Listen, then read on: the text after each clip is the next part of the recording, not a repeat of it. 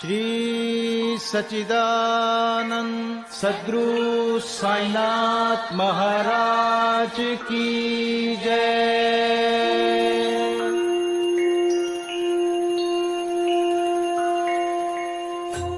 आदरणीय साईं भक्तों, आप सभी को हृदय की गहराइयों से सादर प्रणाम। साईं ज्ञान गंगा के सभी एपिसोड्स को पसंद करने के लिए आपका दिल से आभार। अगर आपने अभी तक हमारे चैनल को सब्सक्राइब नहीं किया है तो अभी सब्सक्राइब कीजिएगा और बेल आइकन को प्रेस करना मत भूलिएगा। तो आइए शुभारंभ करते हैं साईं ज्ञान गंगा के इस एपिसोड का। श्री साईं बाबा समस्त योगिक क्रियाओं में पारंगत थे। 6 क्रियाओं के तो वे पूर्ण ज्ञाता थे। खंड योग द्वारा बाबा अपने शरीर के अवयवों को अलग अलग कर लेते थे और फिर वापस उन्हें पुनः उसी तरीके से जोड़ देते थे। धोती योग व समाधि लगाना भी वे निपुणता से करते थे। वे उत्सव में दंगलों को प्रोत्साहन तथा विजेताओं को पर्याप्त पुरस्कार देते थे। बाबा अखंड सच्चिदानंद थे। जिसने भी उनके श्री चरणों की शरण ली उसे साक्षात्कार की प्राप्ति हुई। अनेक सन्यासी, साधक और अन्य मुमुक्षु जन श्री साईं बाबा के पास आया करते थे। बाबा उनके साथ चलते फिरते, उठते बैठते, उनसे वार्तालाप कर उनका चित्त रंजन किया करते थे। वे कभी भी विवाद और मतभेद में नहीं पड़ते थे तथा सदा शांत और स्थिर रहते थे। बाबा सदैव ही वेदांत की शिक्षा दिया करते थे। कोई भी अंत तक न जान सका कि श्री साईं बाबा वास्तव में कौन थे। अमीर और गरीब दोनों उनके लिए एक समान थे। स्वयं ज्ञानावतार होकर भी वे सदैव अज्ञानता का प्रदर्शन किया करते थे। उन्हें आदर सत्कार करवाने में कोई रुचि नहीं थी। वे थे तो शरीरधारी, परंतु कर्मों से उनकी ईश्वरीयता स्पष्ट झलकती थी। शिरडी के सकल नर नारी उन्हें पर ब्रह्म ही मानते थे। साईं ने सबको दिया एक सूत्र एक नाम, सब प्राणिन में ब्रह्म है, सबको करो प्रणाम। भेद भाव विद्वेष करो, अहम दुर्गुणी खान, इनको में तो तब मिले ऊंचो सो स्थान, ऊंचो सो स्थान। ओम साईं श्री साईं जय जय साईं, ओम साईं श्री साईं जय जय साईं, ओम साईं श्री साईं जय जय साईं, ओम साईं श्री साईं जय जय साईं, ओम साईं श्री साईं जय जय साईं, ओम साईं श्री साईं जय जय साईं। बाबा के दर्शन से भक्तों को अनेक प्रकार का लाभ पहुंचता था। अनेकों निष्कपट और स्वस्थ बन गए। दुष्टात्मा पुण्यात्मा में परिणत हो गए। अनेकों कुष्ठ रोग से मुक्त हो गए और अनेकों को मनोवांछित फल की प्राप्ति हो गई। पंगुओं की पंगुता नष्ट हो गई। उनकी कीर्ति दूर दूर तक फैलती गई और भिन्न भिन्न स्थानों से यात्रियों के झुंड शिरडी आने लगे। बाबा सदा धूनी के पास ही आसन जमाए रहते और वहीं विश्राम किया करते थे। वे कभी स्नान करते और कभी स्नान किए बिना ही समाधि में लीन रहते थे। वे सिर पर एक साफा, कमर में एक धोती और तन ढकने के लिए एक अंगरखा धारण करते थे। अपने जीवन काल के पूर्वार्ध में वे गांव में चिकित्सा कार्य भी किया करते थे। रोगियों को निदान कर उन्हें औषधि भी देते थे। उनके हाथ में अपरिमित यश था। इस कारण वे अल्पकाल में ही योग्य चिकित्सक विख्यात हो गए। एक अद्भुत घटना है। एक भक्त की आंखें बहुत लाल हो गईं। शिरडी सरीखे छोटे गांव में कोई डॉक्टर उपलब्ध नहीं था। तब भक्तगणों ने रोगी को बाबा के समक्ष उपस्थित किया।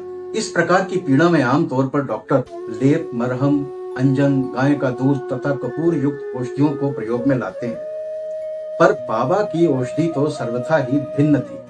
उन्होंने भिलावा पीसकर उसकी 2 गोलियां बनाई और रोगी के नेत्रों में एक एक गोली चिपकाकर कपड़े की पट्टी से आंखें बांध दी। दूसरे दिन पट्टी हटाकर नेत्रों के ऊपर जल के छींटे छोड़े गए। सूजन कम हो गई और नेत्र निरोग हो गए। इस प्रकार बाबा से इलाज करवा अनेक रोगी निरोग हो गए। अब बात बाबा की यौगिक क्रियाओं की।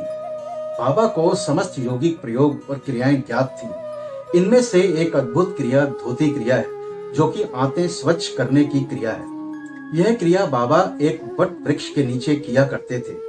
एक अवसर पर लोगों ने देखा कि बाबा ने अपनी आंतों को उधर से बाहर निकालकर उन्हें चारों ओर से स्वच्छ किया और समीप के वृक्ष पर सूखने के लिए रख दिया। साधारण धोती क्रिया एक 3 इंच चौड़े व 22.5 फुट लंबे गीले कपड़े के टुकड़े से की जाती है। इस कपड़े को मुंह के द्वारा उदर में उतार लिया जाता है तथा उसे लगभग आधा घंटे तक रखे रहते हैं ताकि उसका पूरा प्रभाव हो जाए।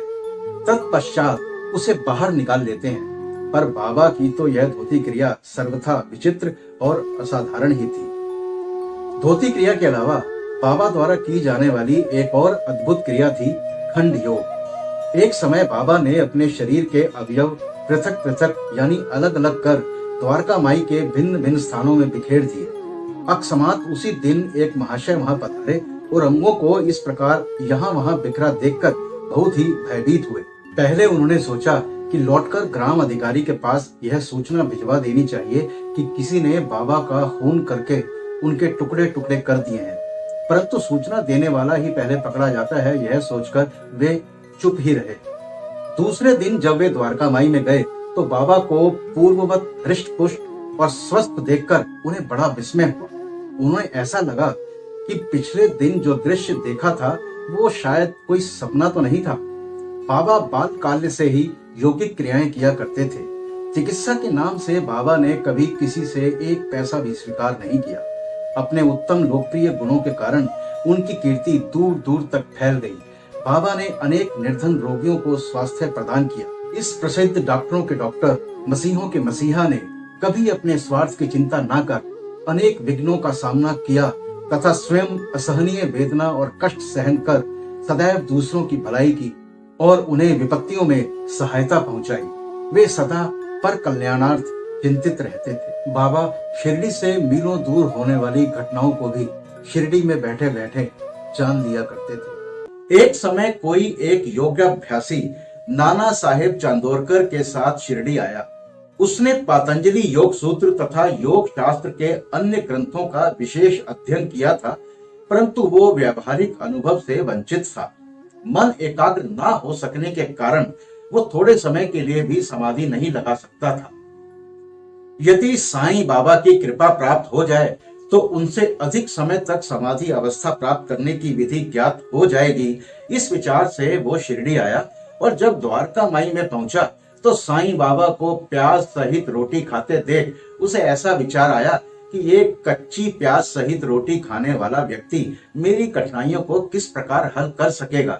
साईं बाबा अंतर्ज्ञान से उसका विचार जानकर तुरंत नाना साहेब से बोले, ओ नाना, जिसमें प्याज हजम करने की शक्ति है उसको ही उसे खाना चाहिए, अन्य को नहीं। बाबा के इन शब्दों से अत्यंत विस्मित होकर योगी ने साईं चरणों में पूर्ण आत्मसमर्पण कर दिया। शुद्ध और निष्कपट भाव से अपनी कठिनाइयां बाबा के समक्ष प्रस्तुत करके उनसे उनका हल प्राप्त किया और इस प्रकार संतुष्ट और सुखी होकर बाबा के दर्शन और उदी लेकर वो शिरडी से चला गया।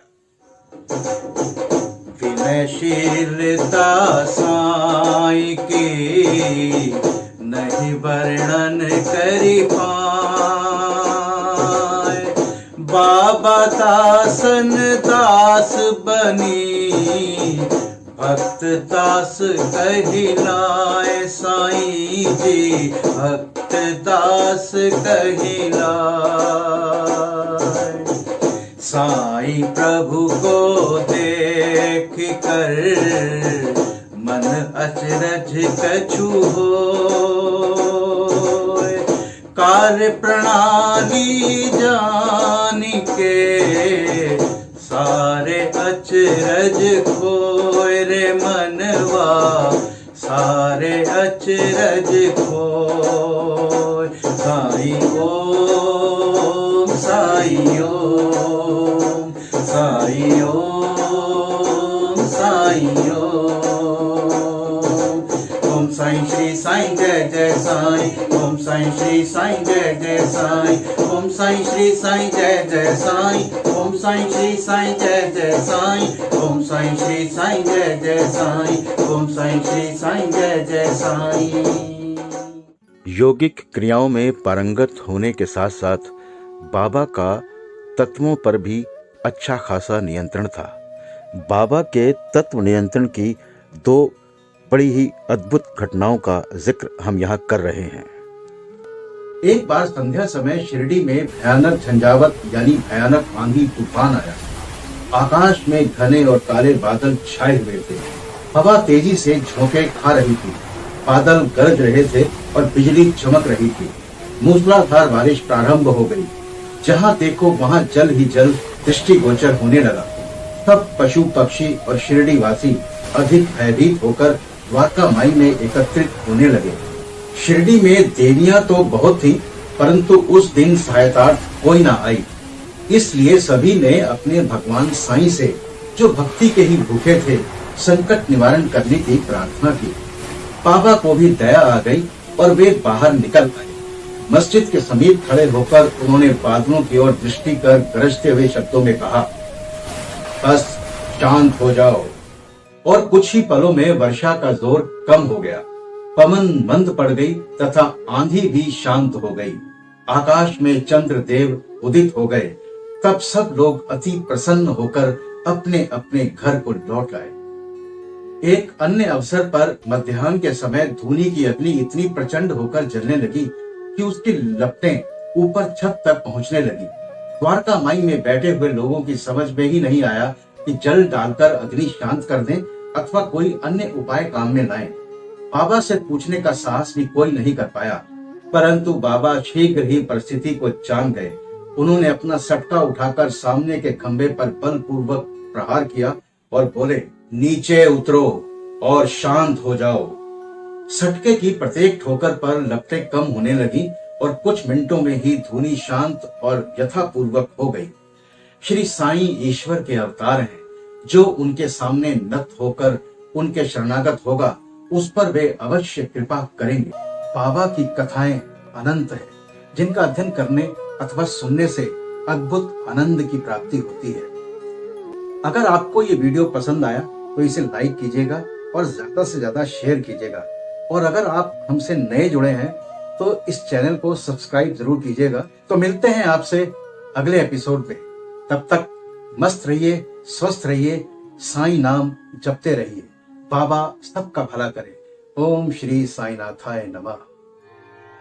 अनंत कोटि ब्रह्मांड नायक राजाधिराज योगी राज परे ब्रह्म श्री सच्चिदानंद सद्गुरु साईनाथ महाराज की जय।